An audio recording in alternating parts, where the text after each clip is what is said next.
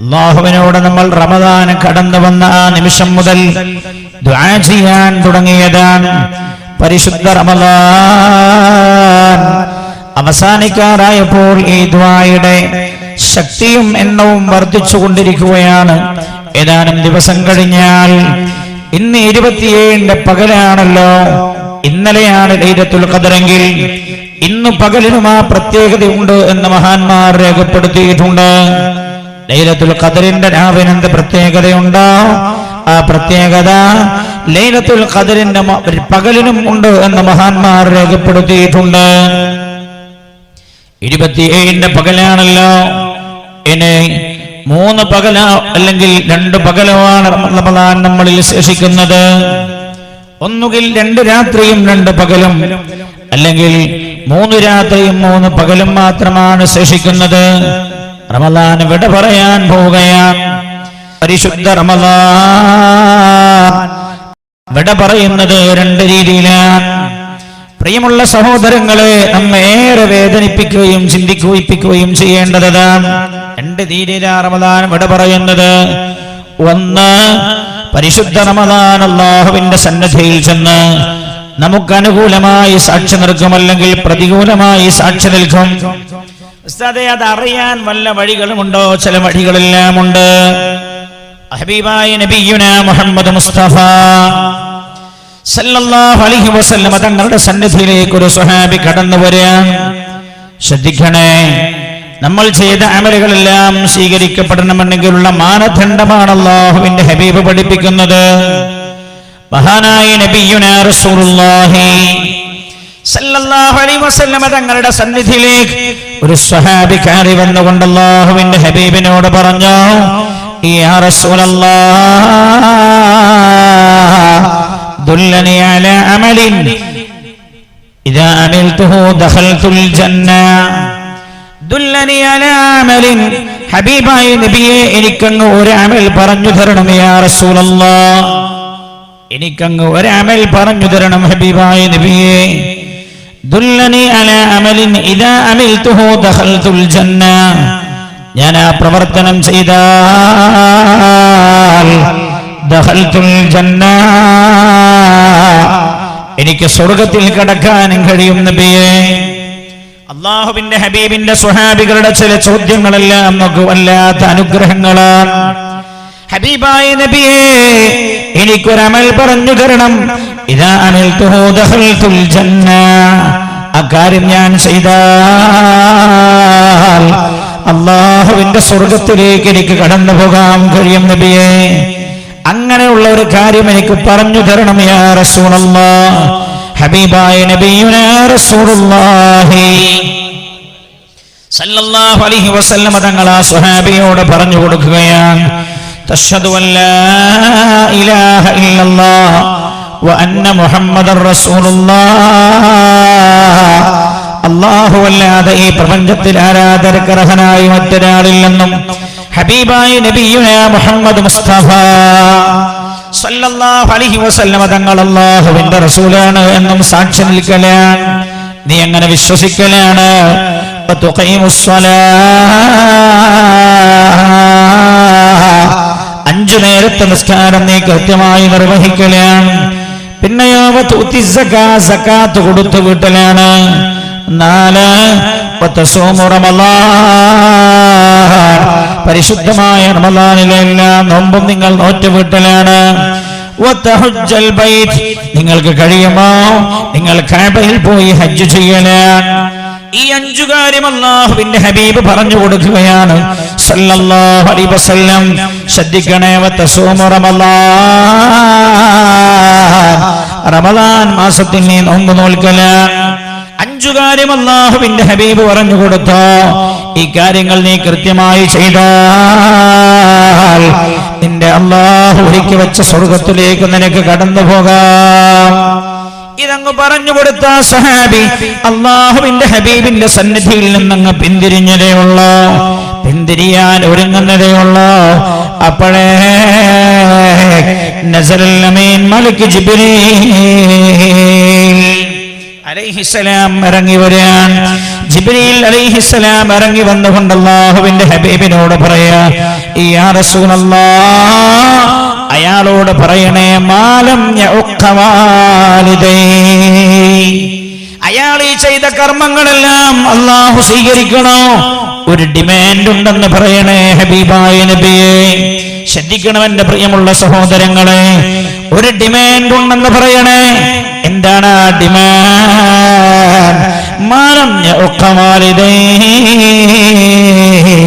മാതാപിതാക്കൾ വെറുപ്പിക്കാതിരിക്കണേ, മാതാപിതാക്കളെ വെറുപ്പിക്കാതിരിക്കണേ എന്നത് അതിന്റെ ഡിമാൻഡാണെന്ന് പറയണേ എന്ന് അല്ലാഹുവിന്റെ ഹബീബിനോട് മഹാനായ ജിബ്രീൽ അലൈഹിസ്സലാം. ഉടനെ അല്ലാഹുവിന്റെ ഹബീബ് പിന്തിരിഞ്ഞു നടന്ന ആ സ്വഹാബിയെ വിളിക്കുകയാണ്. സഹോദരാ, താൽ, ഒന്നിവിടെ വരൂ സഹോദരാ, ഒന്നിവിടെ വരൂ സഹോദരാ. അതിനോടൊരു കാര്യം കൂടെ ചേർത്തി പറയാനുണ്ട്. മലം തഉഖവാലിദൈ, നിങ്ങൾ നിങ്ങളുടെ മാതാപിതാക്കളെ വെറുപ്പിക്കാതിരിക്കണേ എന്ന് ഹബീബായ റസൂലുള്ളാഹി, ഹബീബായ റസൂലുള്ളാഹി സല്ലല്ലാഹു അലൈഹി വസല്ലം ഡിമാൻഡാണ്. നിസ്കാരം അല്ലാഹു കബൂൽ ചെയ്യാനുള്ള ഡിമാൻഡ് എന്താണ്? നിന്റെ വാപ്പയും നിന്റെ ഉമ്മയും നിന്റെ കാര്യത്തിൽ തൃപ്തനാകണേ എന്നത് അല്ലാഹു ചെയ്തു വച്ചിരിക്കുന്ന ഡിമാൻഡാണ്. നീ കൊടുത്ത സകാത്ത് അല്ലാഹു കബൂൽ ചെയ്യണോ? നിന്റെ ഉമ്മ നിന്റെ കാര്യത്തിൽ വേദനിക്കുന്ന ആളാവരുത്. നിന്റെ കാര്യത്തിൽ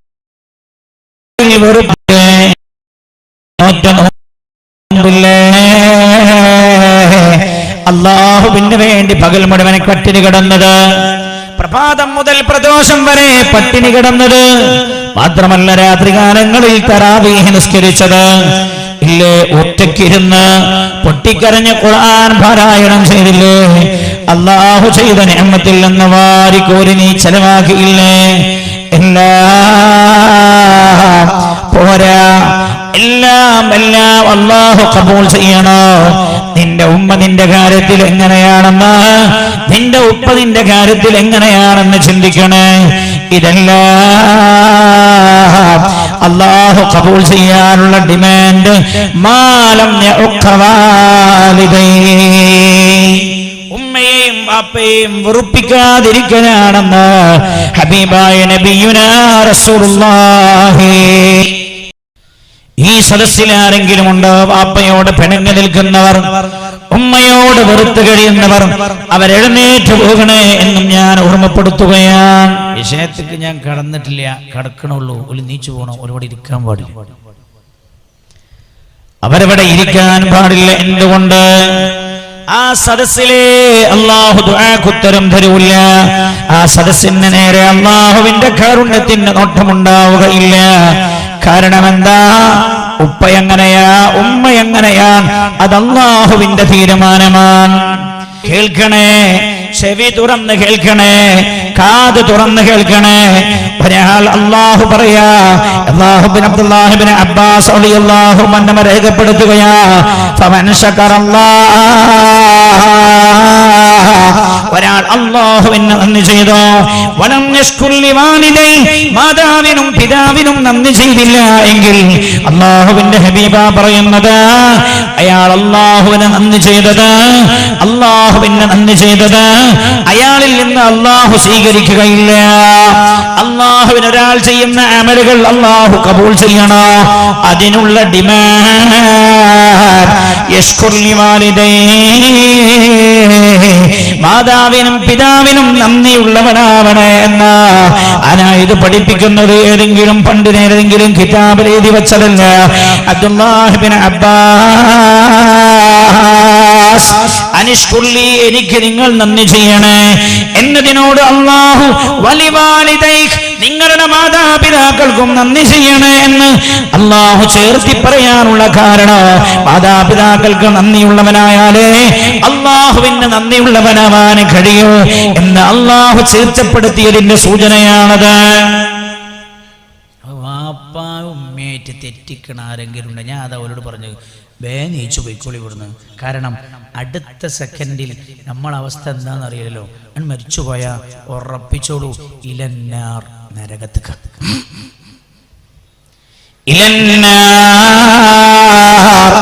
നരകത്തിലേക്കാണ്.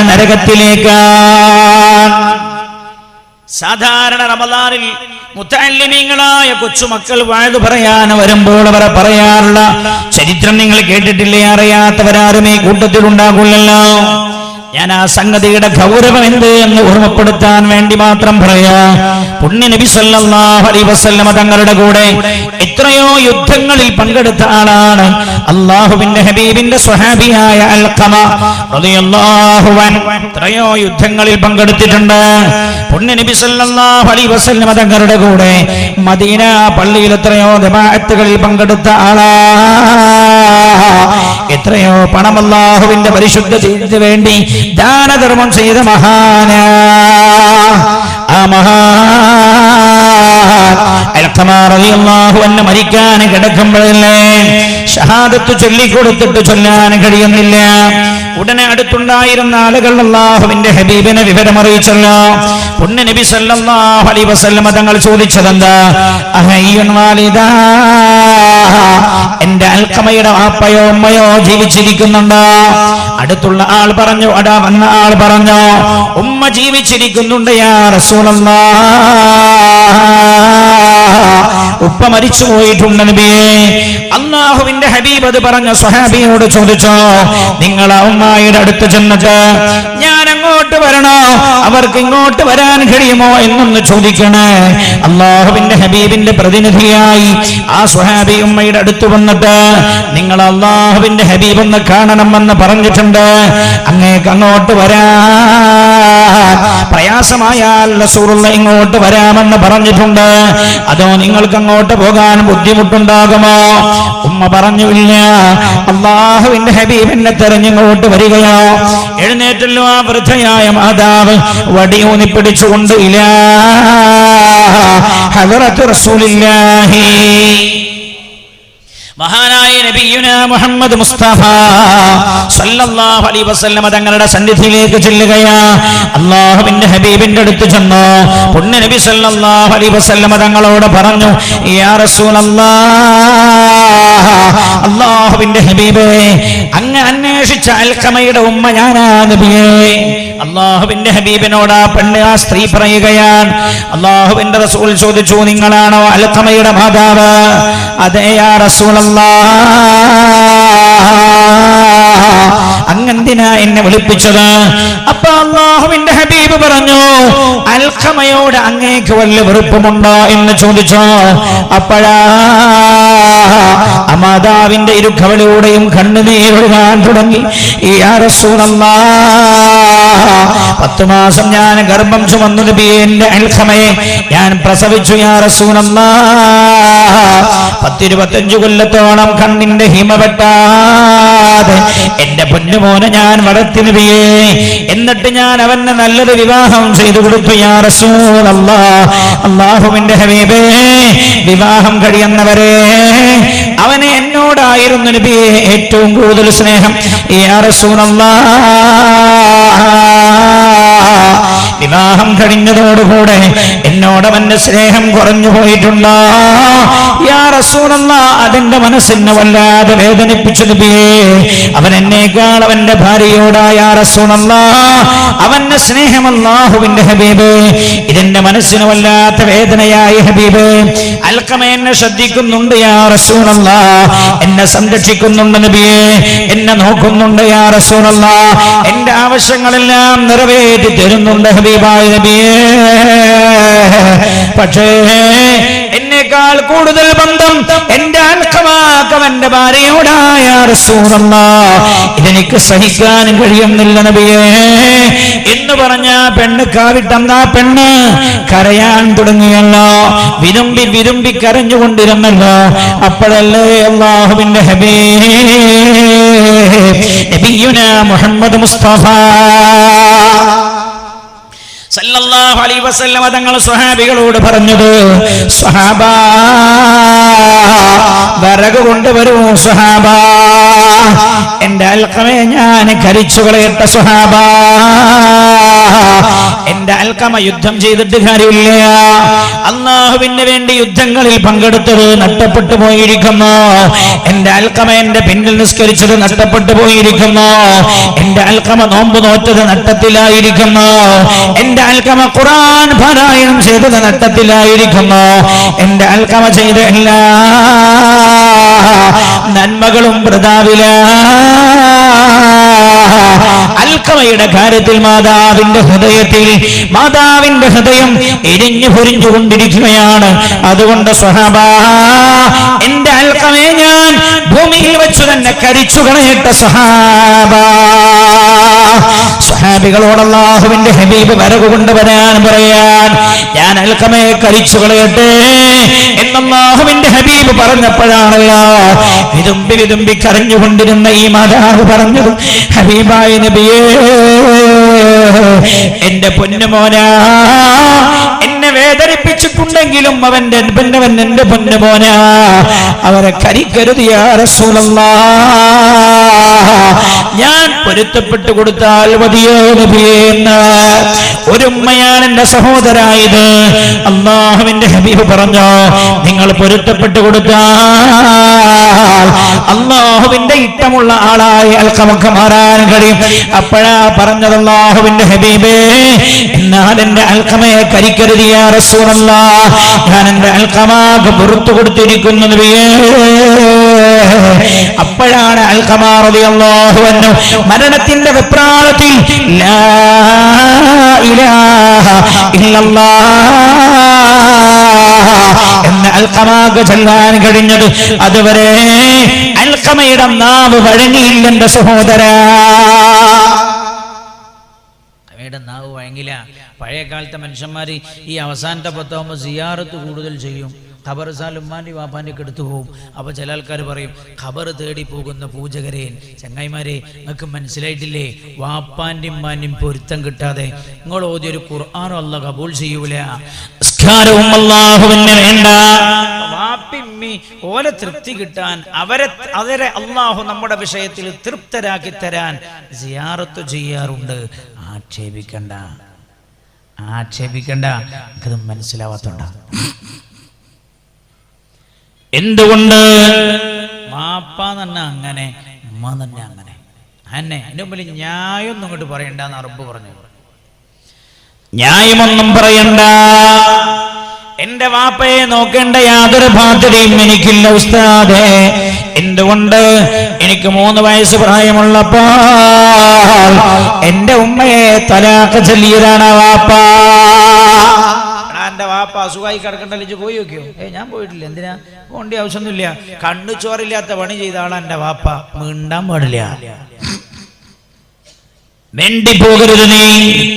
നിന്റെ വാപ്പയാണോ നീ ചെയ്തു കൊടുക്കാനുള്ള കടപ്പാട് ചെയ്തു കൊടുക്കണേ. നിന്റെ ഉമ്മയാണോ നീ ചെയ്യാനുള്ള കടപ്പാട് ചെയ്തു കൊടുക്കണേ. അതെ, എന്റെ ഉമ്മാനെ ഞാൻ നോക്കൂല. എന്താ? എന്റെ ഉമ്മ കരുണ എന്ന് പറഞ്ഞത് ഹൃദയത്തിൽ ഇല്ലാത്ത ആളാ. അതെന്തേടോ? ഉമ്മ എനിക്ക് 3 വയസ്സായ സമയത്ത്, എൻ്റെ വാപ്പ നേരത്തെ മരിച്ചു പോയിരുന്നു. എനിക്ക് 3 വയസ്സായപ്പോ എൻ്റെ അമ്മ എന്നെ വല്യമ്മാനെ ഏൽപ്പിച്ചിട്ട് ഉമ്മ വേറെ ആളെ കൂടെ കല്യാണം ചെയ്തു പോയി. എന്നെ നോക്കിയതെല്ലാം എന്റെ വലിയുമ്മയാ.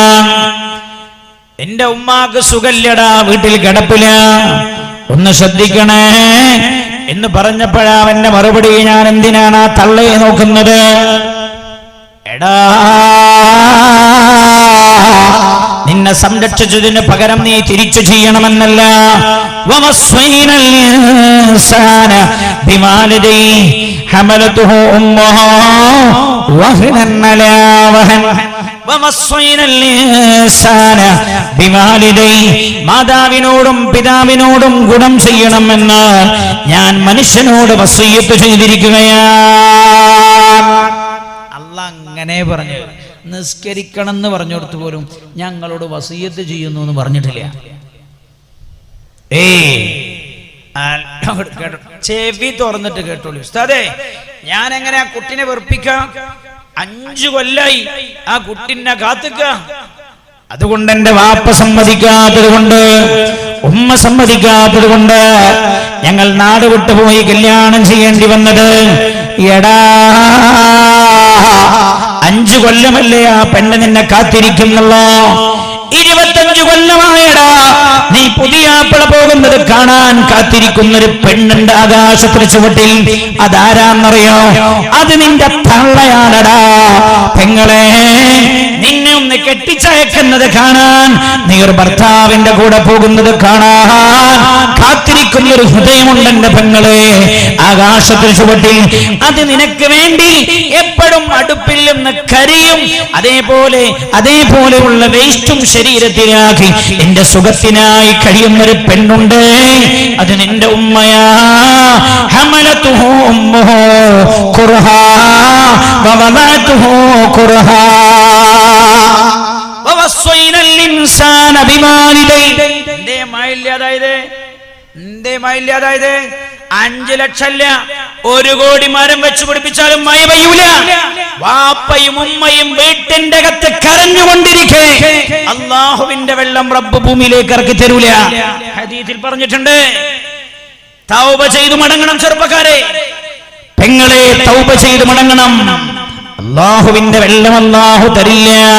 വവസ്സൈനൽ ഇൻസാന ബിവാലിദൈഹി ഹമലതുഹു ഉമ്മുഹു വഹ്നൻ അലാ വഹൻ. വവസ്സൈനൽ ഇൻസാൻ, മനുഷ്യനോട് എന്റെ വസിയത്താണ്. ആരെ വസിയത്ത്? പ്രപഞ്ചനാഥനായ റബ്ബിന്റെ വസിയത്ത്. പല കാര്യം ചെയ്യാൻ പറയുമ്പോ അങ്ങനെയല്ല അല്ലാഹ് പറയാ. സക്കാത്ത് കൊടുക്കാൻ പറഞ്ഞോർത്തും സ്വതക്ക ചെയ്യാൻ പറഞ്ഞോർത്തും പറഞ്ഞ എന്താ? നിങ്ങൾ എന്തായാലും കൊടുക്കണം എന്നല്ല.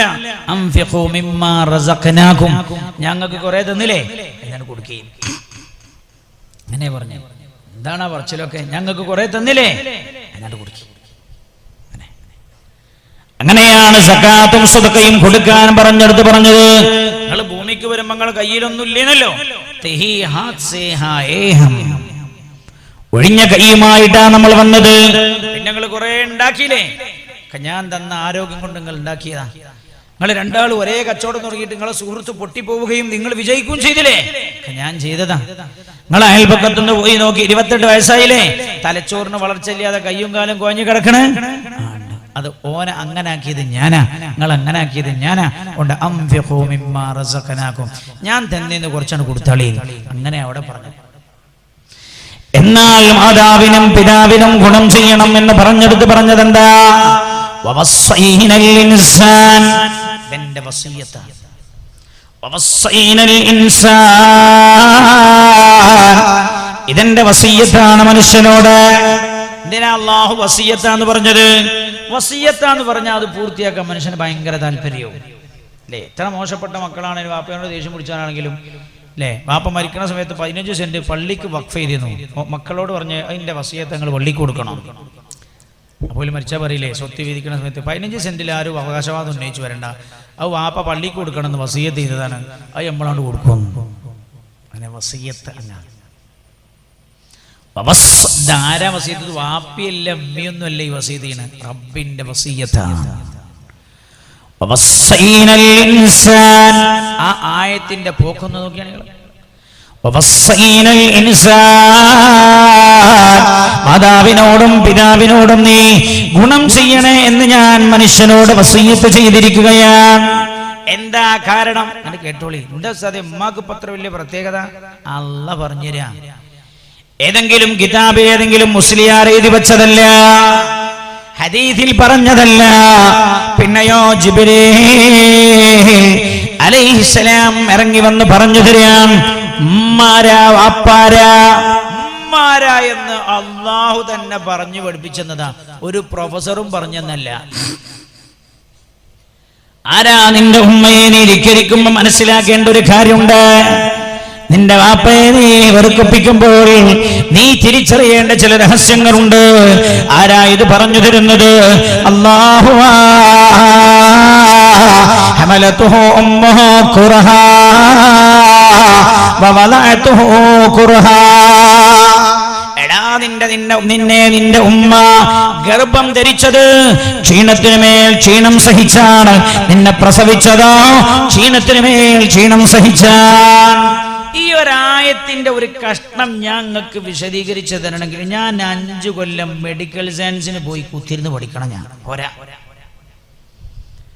5 കൊല്ലം ഞാൻ മെഡിക്കൽ സയൻസിന് പഠിച്ചെങ്കിൽ ഹമലതുഹു ഉമ്മഹാ കുർഹാ വവലഅതുഹു കുർഹാ. ഒരു പെണ്ണിന്റെ ശരീരത്തിലുള്ള ലക്ഷക്കണക്കായ നാഡിഞരമ്പുകളിൽ ആ പെണ്ണ് ഗർഭിണിയാകുമ്പോൾ വരുന്ന മാറ്റങ്ങൾ എന്തെന്ന് പഠിച്ചു പറയണം ഞാൻ. എന്നാലേ ഈ ആയത്തിന്റെ വിശദീകരണം പറഞ്ഞുതരാൻ കഴിയുള്ളൂ. ഒറ്റടിക്ക് ഞാനങ്ങ് പറഞ്ഞു പോയാൽ നിങ്ങൾക്ക് തിരിയില്ല. ആ 5 കൊല്ലം ഞാൻ പഠിക്കണമെങ്കിൽ അതിന് മുമ്പ് 2 കൊല്ലം കഷ്ടപ്പെട്ട് തലമണ്ട ഉണ്ടാക്കിയിട്ട് എൻട്രൻസിന് പഠിക്കണം. ഒരു 8-10 കൊല്ലം പഠിച്ചെങ്കിലേ ഈ ആയത്തിന്റെ വാൽ കഷ്ണത്തിന്റെ അർത്ഥം പറഞ്ഞുതരാൻ കഴിയും. ഹമലതുഹു ഉമ്മുഹാ കുർഹാ വവലഅതുഹു കുർഹാ. എടാ നിന്റെ ഉമ്മ ഗർഭം ധരിച്ചത് ക്ഷീണത്തിനു മേൽ ക്ഷീണം സഹിച്ചാൽ.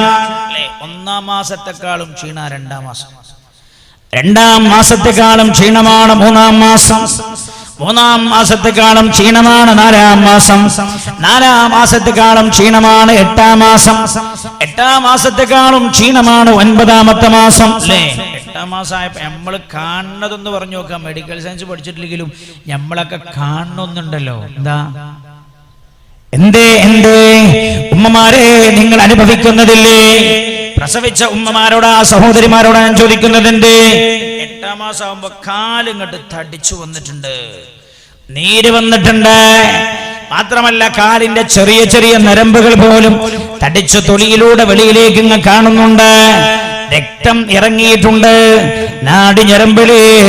8-ാമത്തെ മാസം കാണിച്ച് വെളിയിലിറങ്ങുമ്പോ പ്രഷർ ഹൈ ആണ്, പ്രഷർ അമിതമാണ്, ഷുഗർ അമിതമാണ്. ഡോക്ടർ പറയുന്നുണ്ട് കുറച്ച് ഡേഞ്ചറാണ്. എന്താ ഈ ഡേഞ്ചർ എന്ന് പറഞ്ഞത്? ഗർഭിണിയായ നമ്മുടെ ഉമ്മയില്ലേ, ആ ഉമ്മായുടെ കാര്യം ഡേഞ്ചറാണ്,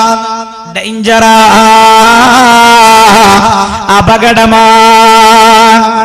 പ്രസവം അല്പം ക്രിട്ടിക്കൽ അവസ്ഥയിലാണ് ഉള്ളത് എന്ന് ഡോക്ടർമാർ പറയുന്നു.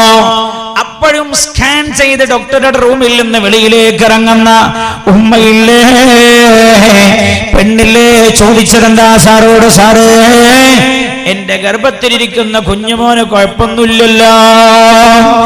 എടാ,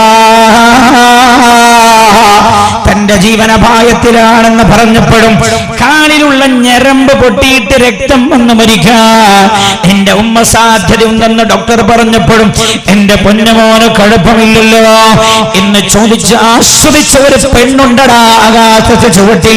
അതാരാന്നറിയോ? അത് നിന്റെ ഉമ്മയാ. ഹമലതുഹു ഉമ്മുഹു കുർഹാ വവലഅതുഹു കുർഹാ. അതുകൊണ്ട് ഉമ്മാരും ബാപ്പാരും ജീവിച്ചിരിക്കുന്ന ആരൊക്കെ വടണ്ടോ നോമ്പ് തീരുന്നതിനും പോലെ എടുത്തു പോകണം,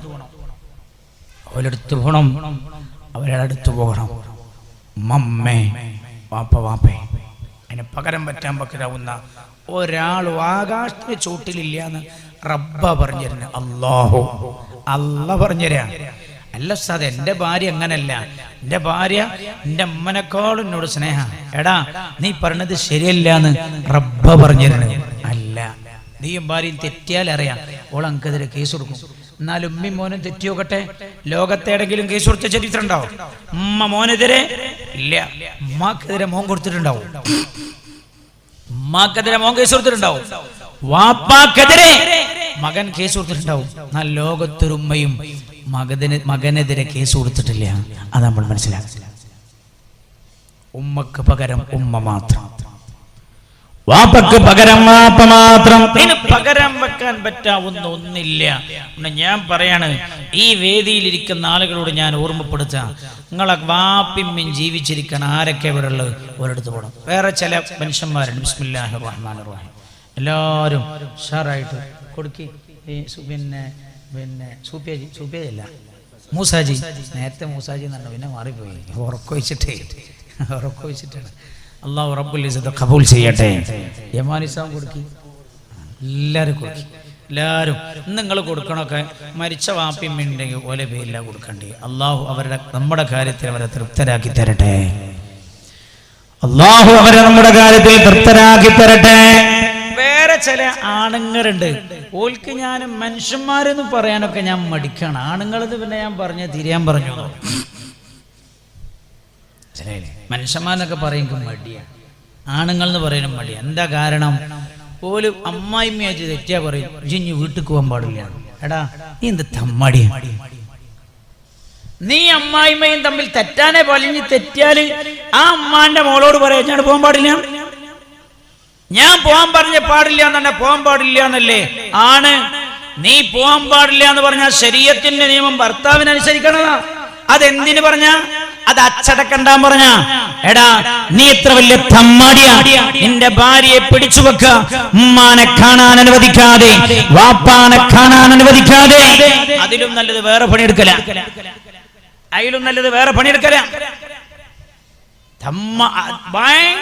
മഹാത്തമ്മാടിത്തരാണ്.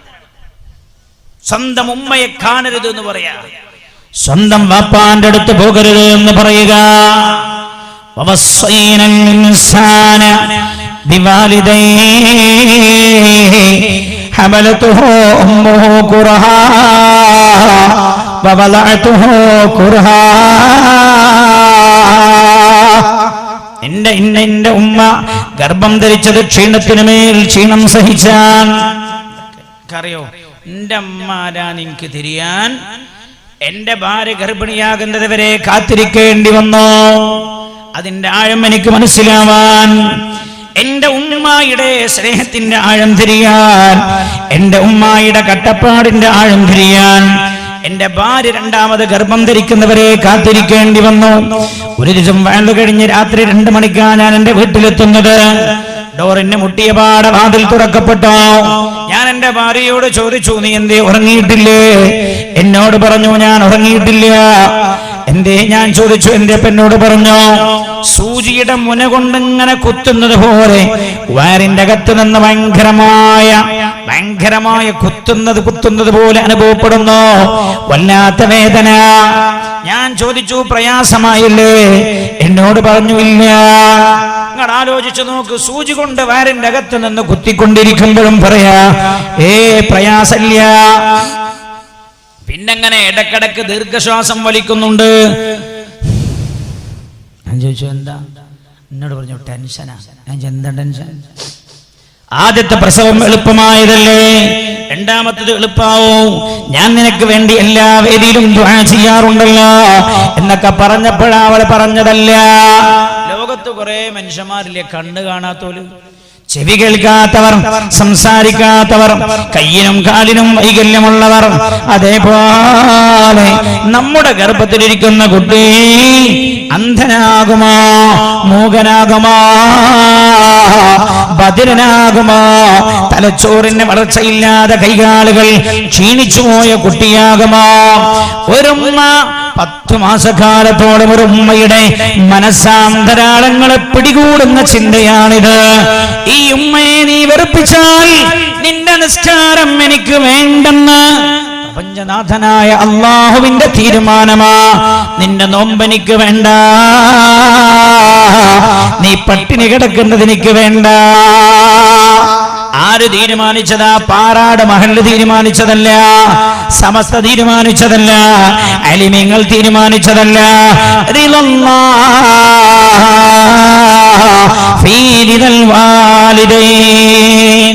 അല്ലാഹുവിന്റെ തൃപ്തി മാതാപിതാക്കളുടെ തൃപ്തിയിലാണ്. അത് അള്ളാന്റെ തീരുമാനം. അള്ളാന്റെ തൃപ്തി കിട്ടണം, ഉമ്മായുടെ തൃപ്തി കിട്ടണമെന്ന് ഹബീബായ നബിയുനാ റസൂലുള്ളാഹി. ചില ആൾക്കാരൊക്കെ ഉണ്ട്, കെട്ടിയിട്ട് ഭാര്യനെയും കൂട്ടിയാണ് പോകും ഗൾഫിക്ക്. പിന്നെ പേര് 5 കൊല്ലം കഴിഞ്ഞിട്ടാ. 5 കൊല്ലം. എടാ അങ്കന്റെ അമ്മനെ കാണാൻ പോതില്ലെങ്കിലും എൻ്റെ അമ്മ ഇങ്ങനെ വീട്ടിൽ കിടന്നിട്ട് നെഞ്ചിങ്ങനെ പുകഞ്ഞെറിയുന്നുണ്ടടാ, നിന്റെ മുഖമൊന്ന് കാണാൻ. ഇജ്ജ് പറയാ ടിക്കറ്റിന് പൈസ കൂടുതലാണ്, ഞങ്ങൾ 5 മെമ്പർമാരുണ്ട്, 5 നാട്ടിലേക്ക് വരാൻ വലിയ പൈസ കൊടുക്കേണ്ടി വരും. ചങ്ങായി ജി പിഷ്കനാണോ? നീ മാത്രം ഒന്ന് വന്നു പോയിക്കോ, നീ മാത്രം ഒന്ന് വന്നു പോയിക്കോ. നിന്റെ ഉമ്മാനെ കാണാൻ നീ 10 കോടി ചെലവാക്കിയാലും അനക്ക് അല്ലാഹു ഭയങ്കര കൂലി തരും. നിന്റെ അമ്മാന്റെ മൂത്തുക്ക് നോക്കാന്നുള്ളത് കൂലിയാന്ന് പഠിപ്പിച്ച മത അല്ലാഹുവിന്റെ ദീൻ അല്ലേ? ഉമ്മായുടെ മുഖത്തേക്ക് നോക്കിയിരിക്കുന്നത് പ്രതിഫലമാണ്. ഒരുത്തം എന്ന് പറഞ്ഞ ഒരു വാപ്പ കത്ത് എഴുതിയിട്ട് എന്റെ കയ്യിൽ തന്ന അപ്പോഴും ഞാൻ ഓർക്കാം, മനുഷ്യൻ 6 മാസം മുമ്പ് മരിച്ചുപോയി. അല്ലാഹു അദ്ദേഹത്തിന്റെ ഖബറിട 16 കൊല്ലം മുമ്പ് ഞാൻ ആദ്യത്തെ ഹജ്ജിന് പോകുമ്പോൾ അയാളുടെ കയ്യിൽ ഒരു കത്ത് എന്നിട്ട് പറഞ്ഞു, സാറേ ഈ കത്തിന് പുറത്തൊരു നമ്പർ ഉണ്ട്, നിങ്ങൾ മക്കത്തെത്തി നിങ്ങളെ ഉംറക്ക് കഴിഞ്ഞാൽ നിങ്ങളൊന്ന് ഫ്രീ ആയതിനു ശേഷം ഈ നമ്പറിലൊന്ന് നിങ്ങൾ വിളിക്കണം, ഈ നമ്പറിൽ നിങ്ങളൊന്ന് വിളിക്കണം, ഈ നമ്പറിൽ നിങ്ങളൊന്ന് വിളിച്ചിട്ട് നിങ്ങൾ ഈ നമ്പറിൽ വിളിച്ചിട്ട് ഈ കത്തൊന്ന് നിങ്ങളയാൾക്ക് കൊടുക്കണം. എന്നിട്ട് പിന്നെ ഈ വാപ്പ പറയും എന്റെ മോൻ തന്നെയാണ്. ഇയാളിത് പറഞ്ഞിട്ട് തിരിഞ്ഞു നടക്കുമ്പോ പിന്നെ തിരിച്ചു വന്നിട്ട് പറഞ്ഞു, നിങ്ങളായതുകൊണ്ട് പിന്നെ പറയാ അതിന്റെ മോനാണ് ഉസ്താദേ. ഓൻ ആദ്യം ഗൾഫിൽ പോയി, ഉമ്മാന്റെ സ്വർണ്ണമൊക്കെ വിറ്റ് വിശ്വസിപ്പിച്ച് ഞങ്ങൾ പറഞ്ഞയച്ചത്. ഓൻ ആദ്യം ഗൾഫിൽ പോയി, എന്നിട്ട് 2.5 കൊല്ലം കഴിഞ്ഞിട്ട് അവൻ വന്നപ്പോ ഞങ്ങൾ നല്ലൊരു കുട്ടിനെ കല്യാണം ചെയ്തു. പിന്നെ അവൻ പോയി 5 മാസം എന്നിട്ട് പിന്നെ ഉണ്ട് 6 മാസം കഴിഞ്ഞ പാടം വന്നു. 10 ദിവസത്തെ ലീവ് കിട്ടിയപ്പോ വന്ന 2.5 കൊല്ലത്തിനിടയ്ക്ക് ഒരുപാട് ദിവസത്തെ ലീവ് അതിന്റെ ഇടയ്ക്ക് കവിയിൽ കൊടുത്തിരുന്നു, അപ്പോഴൊന്നും വന്നില്ല. ആ 10 ദിവസത്തെ ലീവ് കിട്ടിയപ്പോ 6 മാസം കഴിഞ്ഞപ്പോ വന്നു. എന്നിട്ടോ ഭാര്യയുടെ പാസ്പോർട്ടൊക്കെ ശരിപ്പെടുത്തി. 1 കൊല്ലം കഴിഞ്ഞപ്പോ അവന്റെ ഭാര്യയെ കൂട്ടിപ്പോയി. 5 കൊല്ലം ഇങ്ങോട്ട് വന്നിട്ട് ഓന് കുട്ടികളുണ്ടായിന്. ഓന് ഞങ്ങളെ കാണാൻ പോതില്ലേ, ഞമ്മക്ക് ഓനെ കാണാൻ പോതിണ്ട്. വിളിച്ചിട്ട് ഓനോടൊന്ന് വാടാന്ന് പറയുമ്പോൾ പറഞ്ഞ്, വാപ്പയെ ടിക്കറ്റിനൊക്കെ ഭയങ്കര പൈസ, വരാൻ കുറച്ച് ബുദ്ധിമുട്ടാണ് എന്നാ പറയണത്.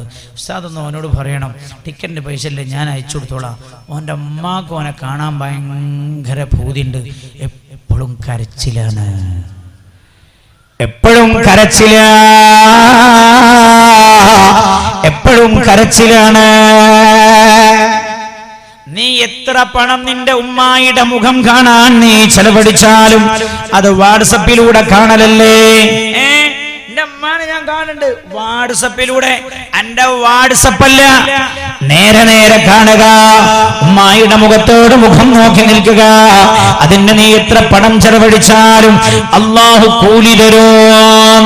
3 കാര്യങ്ങൾ നോക്കി നിൽക്കുന്നത് ഇബാദത്താണെന്ന് ഹബീബായ റസൂലുള്ളാഹി സല്ലല്ലാഹു അലൈഹി വസല്ലം 3 കാര്യങ്ങൾ നോക്കി നിന്നാൽ കൂലിയാണ്. 1 കലാമുല്ലാഹ് അൽ ഖുർആൻ, 1 പരിശുദ്ധമായ ഖുർആനാണ്. 2 പരിശുദ്ധമായ കഅബയാണ്, ബൈത്തുല്ലാഹ്, അല്ലാഹുവിന്റെ കഅബ നോക്കി നിൽക്കുന്നത് പ്രതിഫലമാണ്. എന്നാൽ മൂന്നാമത്തത് മാതാപിതാക്കളുടെ മുഖമാണ്. ആ വാപ്പാന്റെ മുഖം അങ്ങനെ നോക്കിക്കാന്നുള്ള കൂലിയാണ്. വാപ്പാന്റെ ഉമ്മാന്റെ മുഖം നോക്കാനൊന്നും സമയമില്ല. വീട്ടിൽ വന്നിരുന്നാൽ മോഹൻലാലിന്റെ മുഖം കണ്ടിരിക്കണം, മീര ജാസ്മിന്റെ മുഖമാണ്.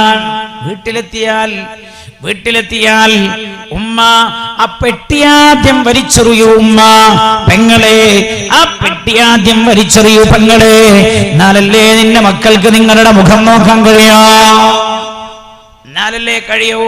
വാപ്പാന്റെ മുഖം എന്താ കാരണം അങ്ങനെയുന്നു. ഉമ്മ പ്രസവിച്ചു, പ്രസവ വാർഡിന്റെ, നിങ്ങളൊക്കെ ഭാര്യമാരുടെ പ്രസവത്തിന്റെ സമയത്ത് പ്രസവ വാർഡിന്റെ അടുത്ത് നിന്നിട്ടുണ്ടാവുമല്ലോ, വെളിയിൽ എന്തൊരു കരച്ചിലാ. ആ വേദനയുടെ ആഴമാണത്. ഒരു പെണ്ണ് പ്രസവിക്കുമ്പോഴുള്ള അവസ്ഥ എന്താണെന്നറിയുമോ? മെഡിക്കൽ സയൻസാ പറയുന്നത്, ജീവനോടെ ഒരു ശരീരത്തിലെ എല്ല് ഒടിച്ചു മുറിക്കുമ്പോൾ എന്താണ് വേദന, അത്ര വലിയ വേദന ഉണ്ടാകുമത്രേ പ്രസവിക്കുമ്പോൾ. വേദന ഇങ്ങനെ സഹിച്ചിങ്ങനെ കിടക്കാൻ. അപ്പോഴല്ലേ നേഴ്സ് സിസ്റ്റർ ഈ കുട്ടിയെ കുളിപ്പിച്ചൊക്കെ വൃത്തിയാക്കിയിട്ട് മുലപ്പാല് നൽകാൻ ഈ പെണ്ണിന്റെ കയ്യിലേക്ക്, ഉമ്മയുടെ കയ്യിലേക്ക് അങ്ങ് കൊടുക്കുമ്പോഴാ, ശ്രദ്ധിച്ചിട്ടുണ്ടോ നിങ്ങൾ? അറിയാതെ ഈ ഉമ്മായുടെ ചുണ്ട് കൊണ്ടുപോകുന്നത് ഈ കുട്ടിയുടെ കവിളത്തേക്കാ. ഇരുക്കവിളിലും ചുടുചമ്പലം കൊടുക്കുകയാ. പൊന്നുമോനെ കണ്ടപ്പോഴേ പ്രസവ വേദന മറന്നുപോയി. ഇരുക്കവിളിലും ചുംബനം കൊടുത്ത തന്റെ പൊന്നുമോനെ മാറത്തോട് ചേർത്ത് പിടിച്ചിട്ട് തന്റെ പൊന്നുമോനെ അമ്മിഞ്ഞ പാൽ കൊടുത്തത് എടാ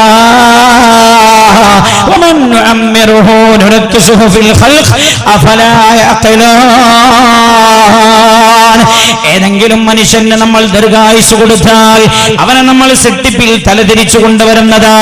90 വയസ്സൊരാൾക്കായാൽ അയാളുടെ അവസ്ഥ 1 വയസ്സായ കുട്ടിയെ പോലെയാ. 100 വയസ്സാണോ നിന്റെ ഉമ്മാക്ക്, നിന്റെ ഉമ്മാന്റെ അവസ്ഥ 6 മാസമുള്ള കുട്ടിയെ പോലെയാകും. അപ്പൊ നീ ചിന്തിക്കേണ്ടത്, നിനക്ക് 6 മാസമായപ്പോ നിന്നെ വാരിയെടുത്ത് ചുംബനം തന്നിട്ട് നിന്നെ മാറോട് ചേർത്ത് പിടിച്ച് കമ്മിഞ്ഞപ്പാൽ തന്ന ഉമ്മയില്ലേ, എടാ ഹോസ്പിറ്റലിന്റെ ബെഡിൽ കിടക്കുമ്പോ ആ ഉമ്മായെ നിന്റെ മാറോട് ചേർത്ത് പിടിച്ചിട്ട് മരുന്ന് കൊടുക്കടാ, ഭക്ഷണം കൊടുക്കടാ. ഉമ്മയെ വിരട്ടി പേടിപ്പിക്കല്ലടാ, വാപ്പയെ വിരട്ടി പേടിപ്പിക്കല്ലടാ. നിന്റെ തള്ളയെ മൂത്രമൊഴിക്കാണ്ടെങ്കിൽ ഒന്ന് പറഞ്ഞുകൂടെ? പറയല്ലടാ. ഉമ്മ കിടന്ന ബെഡിലല്ലേ മൂത്രമൊടിച്ചത്? നീ ചെറുപ്പത്തിൽ വീട്ടിന്റെ അകത്തളം മുഴുവൻ നടന്ന് മൂത്രമൊടിച്ചപ്പോ ഒരിക്കൽ പോലും നിന്നെ വെറുപ്പിക്കുന്ന ഒരു വാക്ക് പറയാത്ത ആളാ നിന്റെ ഉമ്മ. 28 തവണ നീ ഒരു ദിവസം മൂത്രമൊടിച്ചപ്പോ ആ 28 തവണയും നീ മൂത്രമൊഴിച്ച സ്ഥലത്ത് വന്നിട്ട് അത് വൃത്തിയാക്കിയിട്ട് നിന്റെ മൂത്രം കോരിയെടുത്ത ഉമ്മ, നിന്റെ മൂത്രം വെറുപ്പില്ലാതെ കോരിയെടുത്ത നിന്റെ ഉമ്മ, നിന്റെ മലം വെറുപ്പില്ലാതെ കോരിയെടുത്ത ഉമ്മ, 28 തവണയും നിന്നെ കഴുകി വൃത്തിയാക്കിയിട്ട് വസ്ത്രം മാറ്റി തന്ന ഉമ്മ. എടാ നീ ദേഷ്യം പിടിക്കരുത്. ആരാത് പറഞ്ഞത്? ആരായത് പറഞ്ഞത്? വഖളാ റബ്ബുക അല്ലാ തഅബുദു ഇല്ലാ ഇയ്യാഹു വബിൽ വാലിദൈനി ഇഹ്സാന ഇമ്മാ യബ്ലുഗന്ന ഇൻദകൽ കിബ്റ അഹദുഹുമാ ഔ കിലാഹുമാ ഫലാ തഖുൽ ലഹുമാ ഉഫ്ഫിൻ. ഇത് ചെയ്യരുത് എന്നല്ല, എന്തുപോലും നീ അവരോട് പറഞ്ഞു പോരുത്.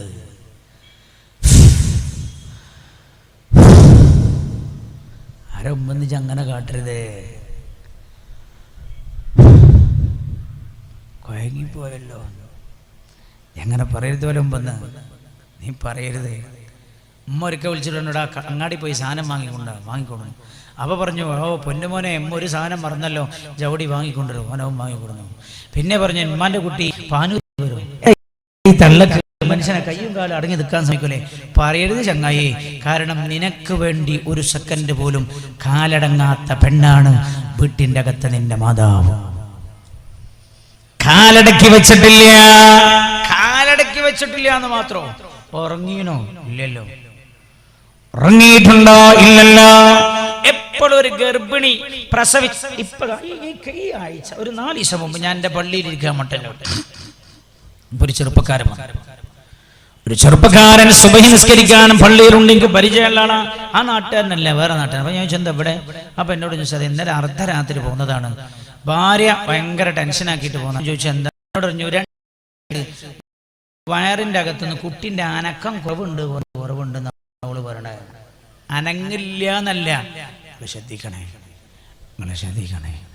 ഇങ്ങനെ ഞമ്മക്ക് വേണ്ടി വേദനിച്ച ഒരാൾ ഉമ്മല്ലാതാരാ? ഉമ്മ പറഞ്ഞ പെണ്ണെന്നെ ഞാൻ കെട്ടണമെന്നോ? ആ, നീ കെട്ടണം തന്നെ. വാപ്പ പറഞ്ഞ തന്നെ ഞാൻ കെട്ടണതാടാ, കെട്ടണം തന്നെ. അള്ളാന്റെ തൃപ്തി വാപ്പായുടെ തൃപ്തിയിലാണ്, ഉമ്മാന്റെ തൃപ്തി അള്ളാഹുവിന്റെ തൃപ്തി ഉമ്മ തൃപ്തിപ്പെട്ടതിലാണ്. അപ്പൊ ഉമ്മാക്ക് ഇഷ്ടപ്പെട്ട കുട്ടിയിലാണ് അള്ളാഹുവിന്റെ ഇഷ്ടം. അതിലാക്ക് ബർക്കത്ത്. പല കുടുംബത്തിലും പല പ്രശ്നം നടക്കണ്ടല്ലോ. എന്താ? പലരും പറയും വാട്സപ്പാ കുഴപ്പം. വാട്സപ്പ് ഒന്നുമല്ല കുഴപ്പം, ഖൽബിലും ഉമ്മയും വാപ്പി ആരാന്ന് അറിയാത്തതാ കുഴപ്പം. അതന്നെയാണ് കുഴപ്പമല്ലേ? ആലോചിക്കണേ, നിങ്ങൾ ശ്രദ്ധിക്കണേ. വന്നിട്ട് എന്നോട് പറയാൻ അനക്കം കുറവുണ്ട് എന്ന് അവള് പറഞ്ഞു. എന്നിട്ട് നിൽക്കാൻ സമ്മതിക്കാത്തതുകൊണ്ട് അർദ്ധരാത്രി തന്നെ പോകുന്നതാണ്. എന്താ? നമ്മളെ കുട്ടിക്ക് എന്തോ പറ്റിയിട്ടുണ്ടോ? കുറേ ദിവസമുള്ള പോലെയല്ല, അനക്കം ഇന്നില്ലല്ലോ. അപ്പോൾ ഒരു 10 മാസം നമ്മളെ കാര്യത്തിന് എങ്ങനെ ടെൻഷൻ അടിച്ചിട്ടുണ്ടാവും എന്ന് ആലോചിച്ച് നോക്കിയാൽ നിങ്ങൾ. എന്നിട്ട് ഓനെ വിളിച്ചിട്ട് പറയാടാ അമ്മ ഹോസ്പിറ്റലിൽ അമ്മ എന്നെ കാണണം എന്നൊന്ന് പറഞ്ഞിട്ടുണ്ട്, ഇതൊന്ന് വരുമോ? എനിക്കിപ്പോൾ വന്നാൽ അറബി വിടൂല, പിന്നെ ഞാൻ അങ്ങനെയാണ് പോകുന്ന ഈ ജോലിയായിട്ട് പോകും. നിനക്ക് ജോലിയാണോടാ വലുത് അല്ല എൻ്റെ അമ്മേനോടാ വലുത്? നിനക്ക് നിന്റെ ജോലിയാണോ വലുത് ഉമ്മയാണോ വലുത്? ഹബീബായ നബിയുനാ റസൂലുള്ളാഹി. പല കുടുംബത്തിലും എന്താ കല്യാണമൊക്കെ കഴിച്ചു കഴിഞ്ഞാൽ പിന്നെ കൊസറേ എന്താ പറയല്, എൻ്റെ അമ്മ ശരിയില്ല എന്ന് പറയാം, എൻ്റെ വാപ്പ പിന്നെയും കുഴപ്പമില്ല, അമ്മ തീരെ ശരി. എന്താ? അമ്മൻ്റെ നാവ് കുറച്ച് നീളം കൂടുതലാണ്, അമ്മൻ്റെ നാവ് കത്തിയെടുത്തിട്ട് പകുതി മുറിച്ച് കളയണം.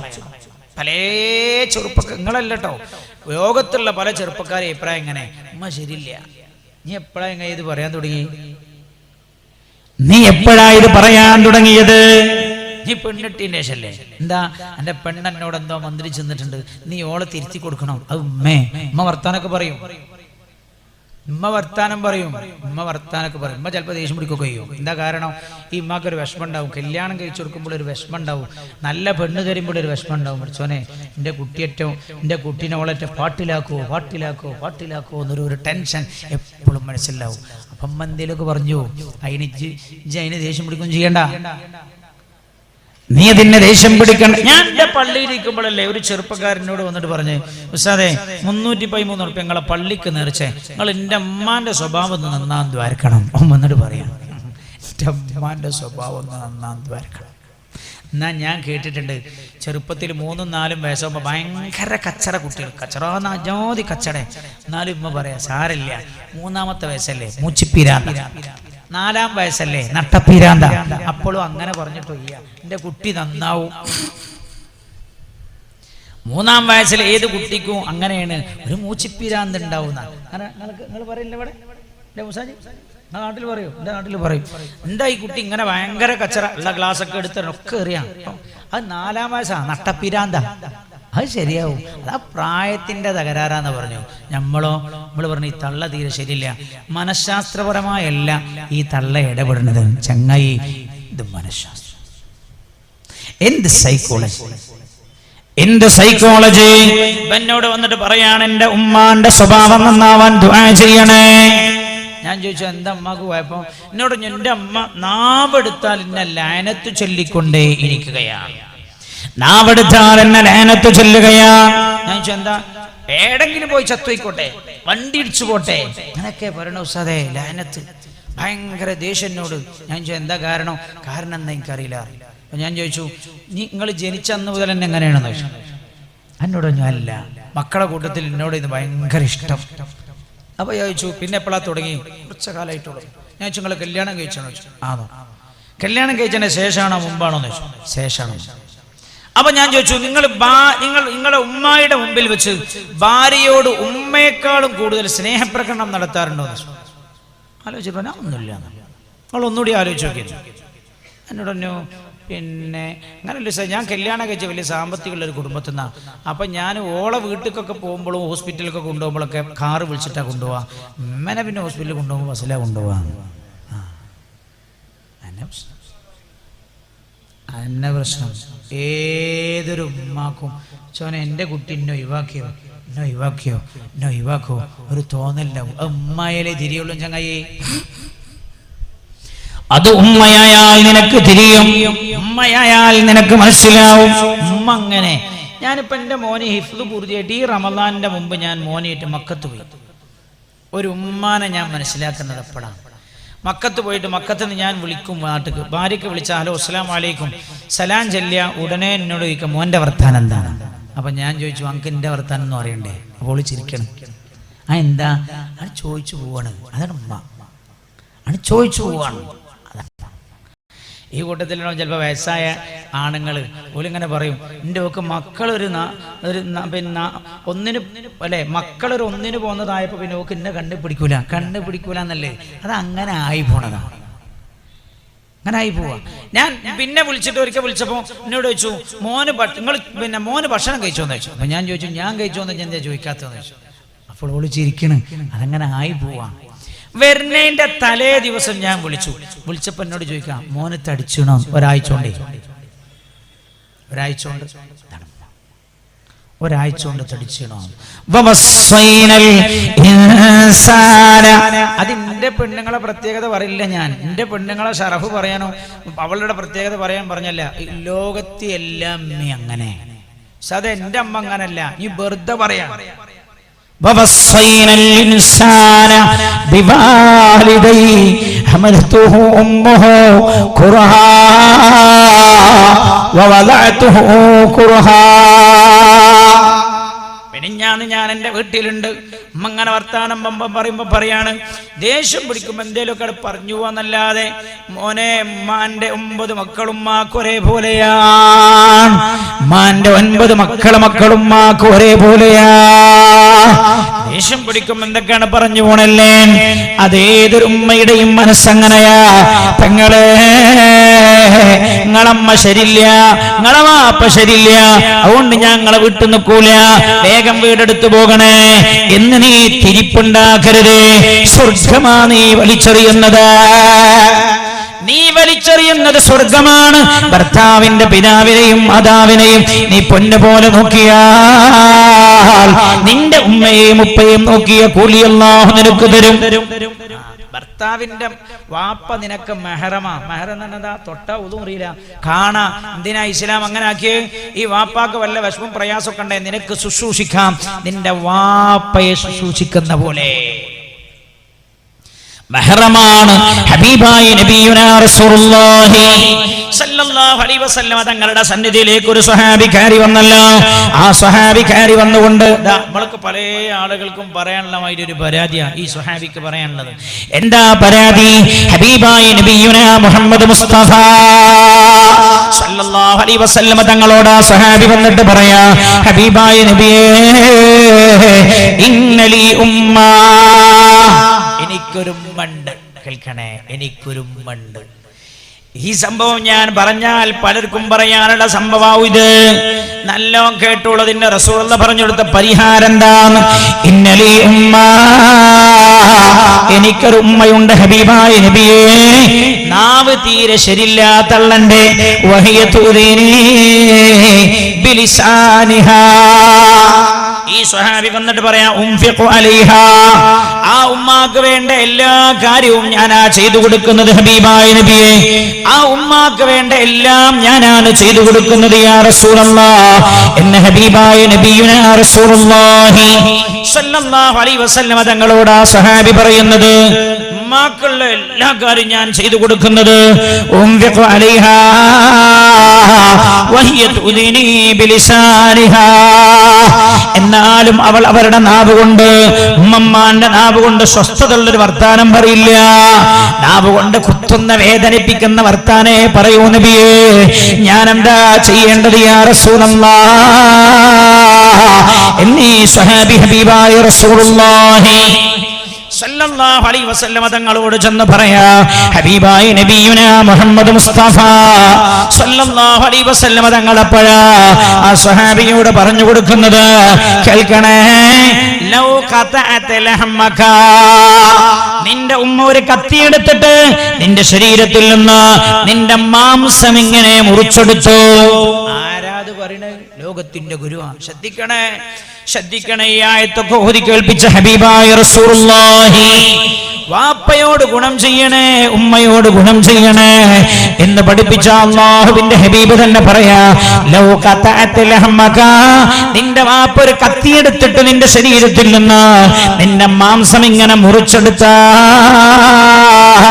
പോലും മാ അദ്ദൈത റുബുഅ ഹഖ്ഖിഹാ, ഉമ്മാക്ക് നീ ചെയ്തു കൊടുക്കേണ്ട കടപ്പാടിന്റെ 1/4 ഭാഗം പോലും പൂർത്തിയാകില്ല. അതുകൊണ്ട് ഉമ്മാന്റെ പരാതിയുമായി, ഉമ്മയെ കുറിച്ചുമുള്ള പരാതിയുമായി എന്റെ അടുത്തേക്ക് വരേണ്ട എന്ന് അല്ലാഹുവിന്റെ ഹബീബ് നബിയുനാ റസൂലുള്ളാഹി. ഉടനെ ഈ സ്വഹാബി റസൂലുള്ളാഹിന്റെ സന്നിധിയിൽ നിന്ന് ഇറങ്ങി നടന്നല്ല. എന്നിട്ട് അല്ലാഹ് തന്റെ പ്രിയപ്പെട്ട മാതാവിന്റെ അടുത്ത് ചെന്നിട്ട് ഖബ്ബല റിജ്ലിഹാ, ഉമ്മാന്റെ ഇരുകാൽ പാദങ്ങളും പിടിച്ചയാൾ അങ്ങനെ ചുംബിക്കുന്നു. ഉമ്മാനോട് പറയാണ് ബിദാലിക അമറനി റസൂലുള്ളാഹ്, ഇങ്ങനെ ചെയ്യാനാണ് എന്റെ റസൂലുള്ള എന്നോട് പറഞ്ഞതെന്ന് പറഞ്ഞ് ആ സ്വഹാബി കരഞ്ഞുകൊണ്ട് മാതാവിന്റെ കാൽപാദങ്ങൾ പിടിച്ചു ചുംബിച്ചോ. ഉമ്മാനെ കുറിച്ചൊരു പരാതി കോടതി പറഞ്ഞ റസൂലുള്ള എന്റെ അടുത്ത് സ്വീകരിക്കൂല, അള്ളാഹുവിന്റെ ഹബീബിന്റെ അടുത്ത് സ്വീകരിക്കൂല. ഞാൻ പറയാം, അമ്മയും ബാപ്പയും ജീവിച്ചിരിക്കുന്ന ആളുകളോടൊക്കെ ഞാൻ പറയാം, നിങ്ങൾ ചെയ്യേണ്ടത്, നിങ്ങൾ അവരുടെ അടുത്ത് പോയാ പോരാ, ഒരു പൈസ ഓൾക്ക് എടുത്തു കൊടുക്കണം. സാറേ ഓൾക്ക് പൈസന്റെ ആവശ്യം എല്ലാ ചെലവും ഞാനാ, ഗുളിക ഞാനാ, ആഴ്ചക്ക് ഞാനാ കൊണ്ടുകൊടുക്കല്. ചെരുപ്പ് ഒന്നാണ് പൊട്ടണിന് മുമ്പ് എടുത്തതാ, ഡ്രസ്സ് ഓരോ പെരുന്നാളും 2 കൂട്ടാ. ആയിക്കോട്ടെ ചങ്ങായി, എന്നാൽ എൻ്റെ കൈ കൊണ്ട് ഒരു 10 ഉറുപ്പ്യ കിട്ടുന്നത് വാപ്പക്കൊരു ഭയങ്കര സന്തോഷം, നമുക്കൊരു ഭയങ്കര സന്തോഷം. ഇജ്ജ് കൊടുത്തു നോക്കിയാ, നീ ഒന്ന് കൊടുത്തു നോക്ക്. വാപ്പാക്ക് ഒരു 1000 ഉറുപ്പ്യ കൊടുത്തു നോക്കിയാണ് എന്തോ ഒരു സന്തോഷം, ഒരു സന്തോഷം. ഒരു പിതാവല്ലേ എന്നോട് വന്ന് പറഞ്ഞത്, ഒരു 25,000 ഉറുപ്പ്യ ഞങ്ങൾ വായ്പ തരുമെന്ന് വെച്ചു. ഞാൻ ചന്ത എന്നോട് അല്ല, ഒരു 5,000 ഉറുപ്പ്യ വായ്പ തരുമെന്ന് വെച്ചു. ഞാൻ ചന്ത എന്നോട് പറഞ്ഞു, ഞങ്ങൾക്ക് 2 ആഴ്ച കഴിഞ്ഞ് 2 മാസം കഴിഞ്ഞിട്ട് തരും. 5,000 ഉറുപ്പ്യ എൻ്റെ കയ്യിലൊന്നുമില്ല. എന്നിട്ട് മൂപ്പരൻ എന്നോട് പറയാം, നിങ്ങൾക്ക് തോന്നുന്നു എനിക്ക് മക്കളില്ലേ, 4 ആമക്കൾ ഗൾഫിൽ, എന്നിട്ട് എന്താ ഇയാൾ ഈ പൈസ വായ്പ വയ്ക്കണം നിങ്ങൾക്ക് തോന്നുന്നു. അതെ, ആരും എനിക്കൊന്നും അയച്ചു തരില്ല, അവരാരും എനിക്കൊന്നും തരാറില്ല.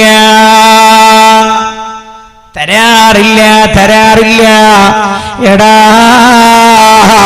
1000-ഓ 2000-ഓ ഇടക്കിടക്ക് വെച്ചു കൊടുക്കുന്നതിന്റെ ഉപ്പാന്റെ കയ്യിൽ, എന്റെ ഉമ്മാന്റെ കയ്യിൽ എന്റെ അമ്മക്കൊരു പൂതിണ്ടാവും ദാനധർമ്മൊക്കെ അങ്ങനെ ചെയ്യാൻ. എൻ്റെ അമ്മ ഉണ്ട്, ഞങ്ങൾ ആമക്കൾ കൊടുക്കണ പൈസ ഒക്കെ അവിടെ സൂക്ഷിച്ചു. എന്നിട്ടോ ഏതെങ്കിലുമൊക്കെ പ്രശ്നങ്ങൾ ഉണ്ടാകുമ്പോൾ പള്ളി മദ്രസന്റെ പിരിവൊക്കെ ഉണ്ടാകുമ്പോൾ എടുത്തു കൊടുക്കും. നിങ്ങൾക്കറിയോ, ഞാൻ വീടുണ്ടാക്കാൻ വേണ്ടി ഒരുങ്ങിയ സമയത്ത് എൻ്റെ അമ്മയാണ് എനിക്ക് 25,000 ഉറുപ്പ്യ തന്നത്. അപ്പം ഞാൻ അമ്മനോട് ചുമ്മാ പൈസ, അപ്പം എന്നോട് ഞുജ്ജി തന്നത് തന്നെ ഒക്കെ ഞാൻ അങ്ങനെ ഇവിടെ എടുത്തച്ചാ, ഞാൻ അങ്ക് തരാം, അമ്മാൻ്റെ കുട്ടി ഒരു വീടിൻ്റെ പണിയെടുക്കല്ലേ, ഉമ്മാൻ്റെ കൈ കൊണ്ട് എന്തെങ്കിലും ആവട്ടെ. ഞമ്മക്കന്നെ അല്ലാതെ ആർക്ക് കൊടുക്കാനാ, അല്ലാതെ ആർക്ക് കൊടുക്കാൻ. يسألونك ماذا ينفقون قل ما أنفقتم من خير فللوالدين. ദാനധർമ്മം ചെയ്യണം എന്ന ആയത്തിറങ്ങി, നിങ്ങൾ ധർമ്മം ചെയ്യണം, നിങ്ങൾ ദാനധർമ്മം ചെയ്യണമെന്ന ആയത്തിറങ്ങിയപ്പോ സ്വഹാബികൾ ഹബീബായ റസൂലുള്ളാഹി സല്ലല്ലാഹു അലൈഹി വസല്ലം തങ്ങളോട് വന്ന് ചോദിച്ചു, നബിയേ എന്താ ഞങ്ങൾ കൊടുക്കേണ്ടേ, എത്ര ഞങ്ങൾ കൊടുക്കേണ്ടത്? ഉടനെ ആയത്തിറങ്ങിയല്ലോ, യസ്അലൂന കമാദാ യസ്അലൂന കമാദാ യുൻഫിഖൂൻ, എന്താണ് ചെലവഴിക്കേണ്ടത് എന്ന് അങ്ങയോട് അങ്ങയുടെ സ്വഹാബികൾ ചോദിക്കുന്നു. ഖുൽ മാ അൻഫഖ്തും മിൻ ഖൈരിൻ ഫലിൽ വാലിദൈൻ, നിങ്ങൾ എന്ത് ചെലവഴിച്ചാലും ഉപ്പായെയും ഉമ്മായെയും നിങ്ങൾ അതിൽ പരിഗണിക്കണേ. നിങ്ങൾ എന്ത് കൊടുക്കുന്നു എന്നതിനല്ല പ്രസക്തി, എവിടെ കൊടുക്കുന്നു എന്നതിനാ. അതുകൊണ്ട് നിങ്ങളുടെ ദാനധർമ്മങ്ങളിൽ നിങ്ങൾ വാപ്പയെ പരിഗണിക്കണേ, ഉമ്മയെ പരിഗണിക്കണേ. ചില ആൾക്കാരുണ്ട്, ഒരു വലിയ റിലീഫിന്റെ പ്രസിഡന്റും സെക്രട്ടറിയും കൺവീനറും ഖജാൻജും മെമ്പറും പിന്നെന്താ എക്സിക്യൂട്ടീവ് ഒക്കെയാണ്. എന്നാലോ ഓൻ്റെ വീട്ടിലുണ്ടോ ഓൻ്റെ അമ്മ ഓൻ്റെ വാപ്പ, ഓൻ ശ്രദ്ധിക്കുന്നില്ല, മൈൻഡ് ചെയ്യാനില്ല. നീ കൊണ്ടുപോയി കിടക്കണ അരിച്ചാക്കൊണ്ട് അള്ളാഹു എൻ്റെ തലക്കടിക്കും. എൻ്റെ വാപ്പാനെയും മാനേജി നോക്കിയിട്ടില്ലെങ്കിൽ പാവപ്പെട്ടവർക്ക് കൊണ്ടുപോയിക്കണ അരിച്ചാക്കില്ലേ, അതുകൊണ്ട് പടച്ചോ തലമണ്ടക്ക് മേടൂന്ന്. ഭയങ്കര ഗൗരവ, എനിക്ക് പറഞ്ഞു തീർക്കാൻ കഴിഞ്ഞിട്ടില്ലല്ലോ, നമ്മൾ ഉദ്ദേശിച്ച ഭാഗത്തേക്ക് വന്നിട്ടുമില്ലല്ലോ. എന്താ ഹബീബായ നബിയുനാ റസൂലുള്ളാഹി സല്ലല്ലാഹു അലൈഹി വസല്ലം തങ്ങൾ പറഞ്ഞല്ലോ, ഒരാളുടെ മാതാപിതാക്കളെ വാർദ്ധക്യാവസ്ഥയിൽ അയാളെ സംരക്ഷിക്കാൻ, അവരെ സംരക്ഷിക്കാനും ശുശ്രൂഷിക്കാനുമുള്ള അവസരമുണ്ടായിട്ട് സ്വർഗം അങ്ങാത്ത ആളുടെ നേരെ അല്ലാഹു കാരുണ്യത്തിന്റെ നോട്ടം നോക്കാതിരിക്കട്ടെ. ജിബ്രീൽ അലൈഹിസ്സലാം ദ്വാരുന്നു, റസൂലുള്ളാഹി ആമീൻ പറഞ്ഞു. എന്തേ? വാർദ്ധക്യ വയസ്സായ അവസ്ഥയിൽ ഒരു വാപ്പാനും ഉമ്മാനും നോക്കിയിട്ട് സ്വർഗം വാങ്ങാൻ കഴിയാത്ത ആള് നേരെ അള്ളാഹു കരുണയുടെ നോട്ടം നോക്കാതിരിക്കട്ടെ എന്നാ ഓൻ കഴിച്ചില്ലാവൂല. മഹ്ശറേന്ന് അള്ളാഹു അടിമകളെ രക്ഷപ്പെടുത്തുന്നത് കരുണ കൊണ്ടാണ്. ലൈലത്തുൽ ഖദറിന്റെ രാവിലെ അള്ളാഹു കരുണ വാരിക്കോരി ചെയ്യില്ലേ? ആ വാരിക്കോരി ചെറിയുന്ന സ്ഥലത്ത് അള്ളാഹു അത് കൊടുക്കാത്ത 4 വിഭാഗത്തെ എണ്ണിയപ്പോ ഒന്ന് പറഞ്ഞത് ആഖുൽ വാലിദൈൻ, വാപ്പാനും ഉമ്മാനും വെറുപ്പിച്ച ആളാണ്. വാപ്പയും ഉമ്മയും വെറുപ്പിച്ച ആൾ എന്ന പ്രായമായാൽ അവരെ സംരക്ഷിക്കാൻ അവസരം കിട്ടിയാൽ നീ അത് ചെയ്തോ, എന്നാ സ്വർഗുറപ്പാണ്. സ്വർഗമുറപ്പാണ്. ഫലാ തഖുൽ ലഹുമാ ഉഫ്ഫിൻ. ഇപ്പോഴാണ് ഉമ്മ മലം വിസർജിച്ചു, മല കൊണ്ടുപോയി കഴുകി കുളിപ്പിച്ചു, വസ്ത്രമൊക്കെ അടുപ്പിച്ചു കൊടുത്തു, വിരിപ്പൊക്കെ അലക്കാനെടുത്ത് പുതിയ വിരിപ്പൊക്കെ വിരിച്ച് അതിങ്ങനെ അലക്കിയിട്ട് ആറിടുന്ന സമയത്ത് ആ മോള് വന്നിട്ട് പറഞ്ഞത്, പാപ്പാ ഉമ്മ പിന്നെയും നമുക്ക് വയറ്റുന്നു പോയിണ്. അപ്പോഴാണ് നല്ല മോനാൻ ഓ വന്നിട്ട് വസ്ത്രമൊക്കെ അയച്ചു ഉമ്മാനെ ശരിക്ക് കുളിപ്പിച്ചു, പുതിയ വസ്ത്രമൊക്കെ ഇട്ടെടുത്ത് ഇരിപ്പൊക്കെ എടുത്ത് പിന്നെ അലക്കി ആറിയിട്ട് ബാത്റൂമിൽ കയറി കുളിച്ചിട്ട് ഓൻ ഇങ്ങോട്ട് ഇറങ്ങണ സമയത്താ മോള് വന്ന് പറഞ്ഞു, ഉപ്പ ഉപ്പ അല്ലെങ്കിൽ ഉമ്മ ഉമ്മ, ഉമ്മ ഉമ്മ അല്ലെങ്കിൽ ഉപ്പമ്മ മൂത്രമൊഴിച്ചിട്ടുണ്ട്. അപ്പൊ എന്താ തോന്നാ? അങ്ങനെയുള്ള പ്രതിസന്ധി വരുന്ന സമയത്ത് പോലും അതാണ് ഫലാ തഖുൽ